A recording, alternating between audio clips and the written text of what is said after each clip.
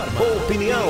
A gente vai falar agora com o jornalista político, colunista da Folha de Pernambuco, palestrante, comentarista da Rádio Folha e demais emissoras e participa sempre aqui conosco aqui no programa Cultura Informa. Edmar Lira, boa tarde, seja muito bem-vindo. Quais são os destaques aí do blog? Bom dia a todos, boa tarde Boa a todos tarde. os ouvintes da Rádio Cultura, né? Uma satisfação estar de volta ao programa. E a gente traz, né, como destaque de hoje, da nossa coluna da Folha de Pernambuco, o prejuízo que a pré-candidatura do Ciro Gomes vem trazendo para o favoritismo do ex-presidente Lula na disputa com o atual presidente Jair Bolsonaro.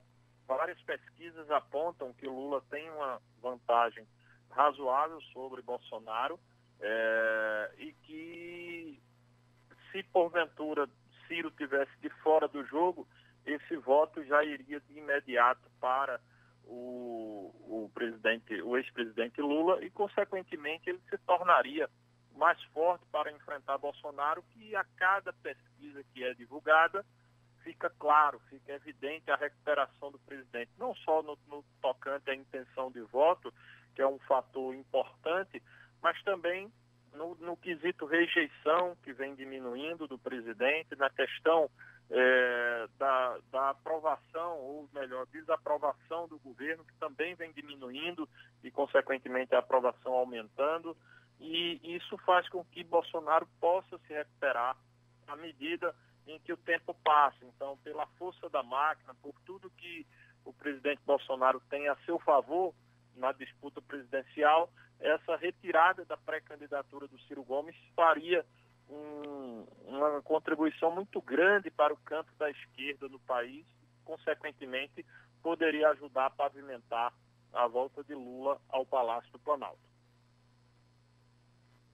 Edmar, inclusive, a gente viu também a informação, acredito que foi na coluna, que se o Ciro Gomes desistir, pode cravar a possível vitória de Lula ainda no primeiro turno.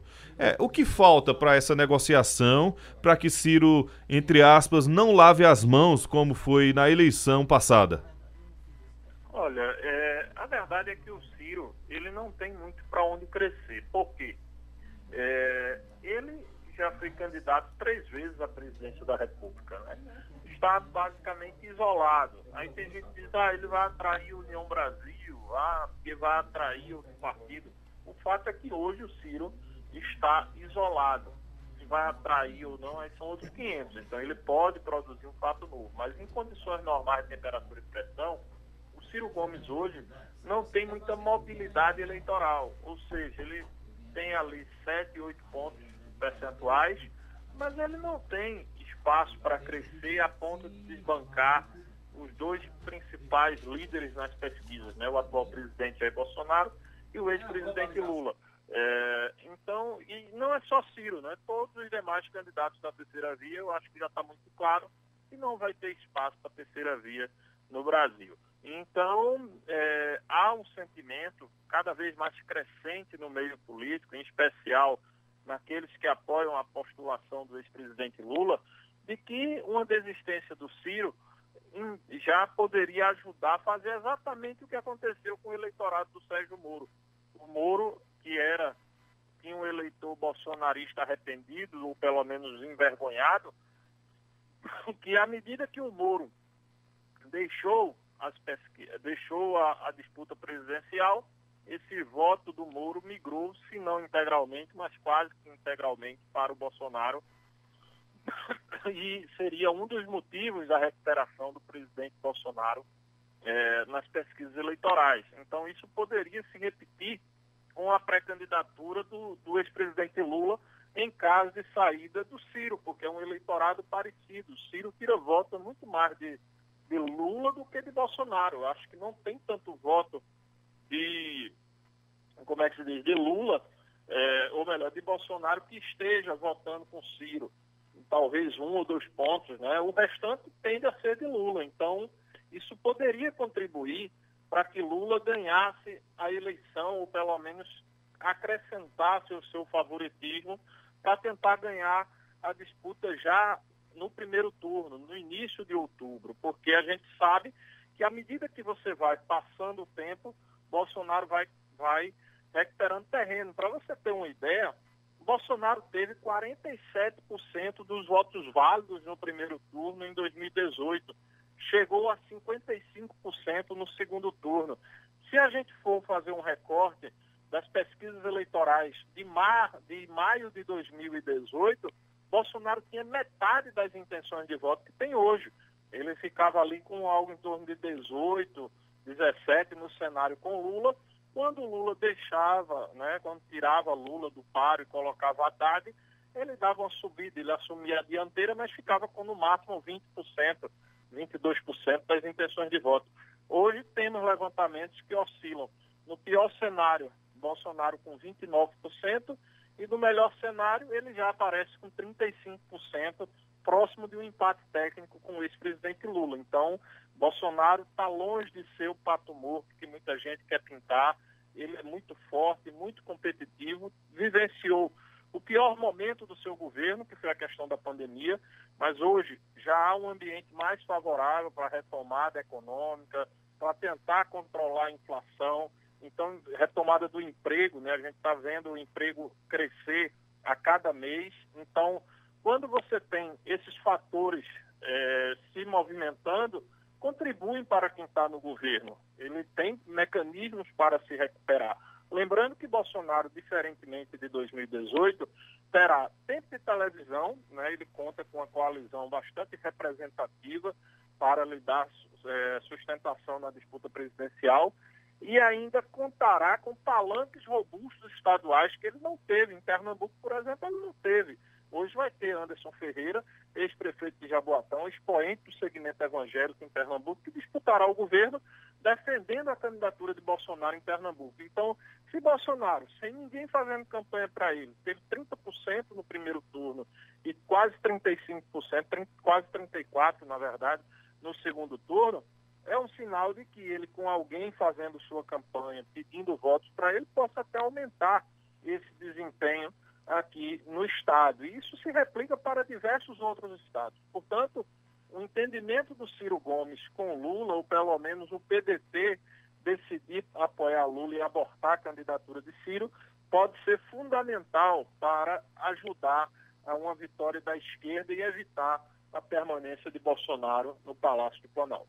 O Edmar, o nosso ouvinte, o Ciomar Centralino, ele está se referindo ontem aos comentários que Ciro Gomes fez nas redes sociais falando sobre o golpe, que seria aí arquitetado por Bolsonaro. Ele está dizendo: Tony, boa tarde André, boa tarde Edmar. Que golpe é esse que o Ciro fala que Bolsonaro quer dar?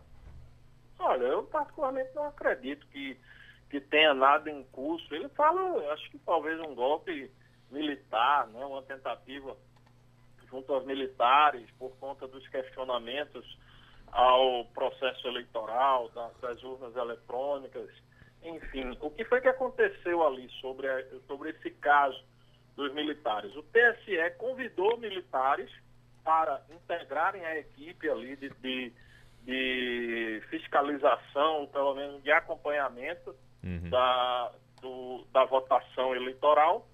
E eles, os militares, fizeram sugestões de algumas coisas, identificaram algumas vulnerabilidades do sistema eleitoral e fizeram sugestões. E essas sugestões não foram acatadas pelo TSE. Ou seja, se não houvesse qualquer risco de fraude eleitoral, não tinha por que os militares apresentarem sugestões de ampliar a segurança do voto.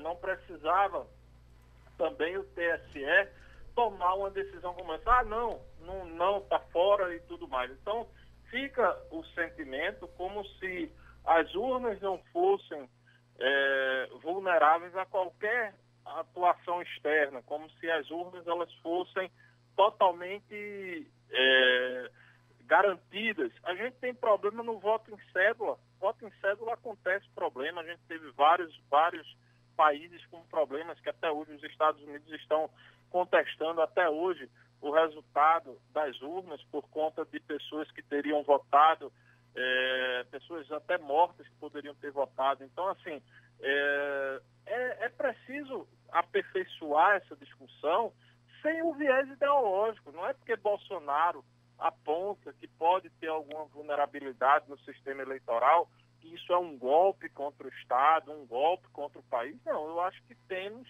espaço para ser discutido o tema, seja Bolsonaro, seja outros atores, inclusive partidos, né, de centro-esquerda chegaram a defender em algum tempo a tese do Bolsonaro, do voto impresso, né, e depois mudaram de ideia. Então, assim, não acredito sinceramente que haja espaço para qualquer tipo de aventura golpista, seja de Bolsonaro, seja de qualquer órgão, qualquer poder no Brasil, porque também, do mesmo jeito que falam de uma suposta ditadura do Executivo, também muita gente critica o Judiciário, dizendo que o Judiciário vem se imiscuindo em temas que não é da alçada dele, né? Não são da alçada do Judiciário, do STF. E ele vem se posicionando sistematicamente sobre diversos temas. Então, eu acho que é preciso levar em consideração, né, os freios e contrapesos da nossa democracia. É preciso haver uma harmonia entre os poderes. Isso não significa subserviência, porque nenhum dos três poderes constituídos no Brasil, eles são menos importantes do que o outro. Todos têm a sua importância, a sua relevância e a sua contribuição para uma democracia e para o país avançar. Então, não acredito sinceramente na tese do Ciro Gomes de que haja um autogolpe ou qualquer outra coisa que venha a aparecer. Muito mais uma bravata de quem está vendo a sua candidatura minguar, a sua candidatura não ter viabilidade eleitoral, não ter densidade eleitoral, do que algo que tenha efetiva realidade, né? Efetivo resultado nos fatos. A nossa ouvinte aqui no Facebook, Melri Silva, está dizendo boa tarde, Tony, André e Edmar. Agora, a pesquisa está dando 17%, Lula na frente. Complicado. Nas ruas, Lula não coloca gente, né? Olha, pesquisa tem para todo gosto, né? É como roupa. Se você quiser, eita, essa roupa aqui tá, eu não quero essa cor, eu quero outra cor. Aí vou lá, compro a minha roupa e troco, né? Então, pesquisa tem para todo gosto. Tem pesquisas que botam uma vantagem significativa do Lula, tem outras que já mostram um impacto técnico. Eu acho que não há, sinceramente, algo que justifique uma vantagem de 17 pontos do ex-presidente Lula sobre Bolsonaro. Eu acho que isso tem, assim, não estou aqui querendo fazer juízo de valor, nem desmerecer qualquer tipo de instituto, mas não há no Brasil nada que se justifique uma vantagem do ex-presidente Lula de tamanha diferença sobre Bolsonaro. Acredito sim que Lula possa até estar na frente, mas nessa condição de 5 pontos, 8 pontos, eu acho que essa é a realidade, é o que a gente acompanha nas ruas. Pode até acontecer do Bolsonaro estar à frente, inclusive. Eu não descartaria isso. Todas as pesquisas de 2018, eu fiz esse exercício de informação, de levantar os dados em 2018. Na véspera da eleição, todos os institutos, sem exceção, erraram a votação do presidente Bolsonaro naquela ocasião. O instituto que chegou mais próximo, parece que foi o Datafolha, que apresentou que Bolsonaro teria 39% dos votos válidos. Quando as urnas foram abertas, nos deparamos com quase 47% dos votos válidos para o presidente Bolsonaro. Ao longo da eleição de 2018, antes da facada, do episódio da facada, o presidente Bolsonaro figurava com percentuais ainda menores do que tem hoje. Ele figurava com 26, 25, 24, mesmo contra Haddad, mesmo sem a presença de Lula. Todos os institutos ficavam apontando ele com 25, 26. E a gente percebia nas ruas, nas movimentações, nas manifestações, que o presidente Bolsonaro tinha muito mais do que as pesquisas estavam captando. E eu acredito que isso pode se repetir, sim. Acho que Bolsonaro ele tem um eleitor silencioso, um eleitor que os institutos não conseguem enxergar, não conseguem captar, né, sabe-se lá por qual motivo, mas que existe sim. Não é à toa que o presidente Bolsonaro, por onde anda, vem tendo aí apoio, apelo popular, enquanto seu adversário, são fatos, são imagens aí que a gente acompanha, o Lula vem com um desempenho muito menor nas ruas, né?